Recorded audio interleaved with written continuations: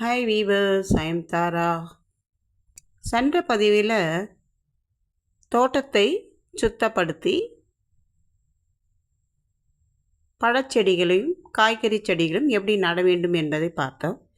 இந்த பதிவில் அந்த செடிகளுக்கு வேண்டிய உரங்களை நாம் எப்படி கொடுக்க வேண்டும் என்பது இந்த பதிவில் நம்ம பார்க்குறோம். இதில் முக்கியமாக மக்கிய உரம் மற்றும் உரங்களை பற்றிய அறிவு நமக்கு தேவைப்படுகிறது. அடிப்படை காய்கறிகளை உங்கள் தோட்டத்தில் எப்படி வளர்க்க வேண்டும் என உண்மையிலேயே நீங்கள் தெரிந்து கொள்ள ஆசைப்பட்டால் உரம் பயன்படுத்தும் வழிமுறைகளையும் நாம் புறக்கணிக்கக்கூடாது. அவற்றை எவ்வாறு பயன்படுத்த வேண்டும் என அதன் அட்டையிலே குறிப்பிட்டிருக்கும் அதை படித்து நாம் பின்பற்ற வேண்டும். முதல் ஆதாரம் மக்கிய உரம். இரண்டாவது ஆதாரம் என்னன்னு கேட்டிங்களா, நீர் ஆதாரம்.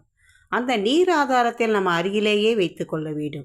அதாவது நீங்கள் தொட்டியில் செடிகள் வைத்திருந்தால் அவற்றிற்கு நீங்களாகவே தண்ணீர் ஊற்றலாம். ஆனால் சற்று பெரிய தோட்டம் என்றால் தண்ணீர் அதிகமாக தேவைப்படும் இல்லைங்களா? அதனால் தோட்டத்திற்கு அருகில் குழாய் ஒன்றை வைத்து கொள்ளலாம். என்ன செடி வளர்ப்பது அப்படின்னு ஒரு கேள்வி இருக்குது. நீங்கள் தேர்ந்தெடுக்கும் இடத்தில் எந்த காய்கறிகளை வளர்க்க முடியும் என்பதை நீங்கள் தெரிந்து கொள்ள வேண்டும். ஒவ்வொரு காய்கறியும் எந்த வகையில் நடத்த வேண்டும் என்பதையும் நீங்கள் தெரிந்து கொள்ள வேண்டும். ஹாய் வீவர்ஸ், லைக் பண்ணுங்கள், ஷேர் பண்ணுங்கள், கமெண்ட்ஸ் பண்ணுங்கள். தேங்க்ஸ் ஃபார் வாட்சிங்.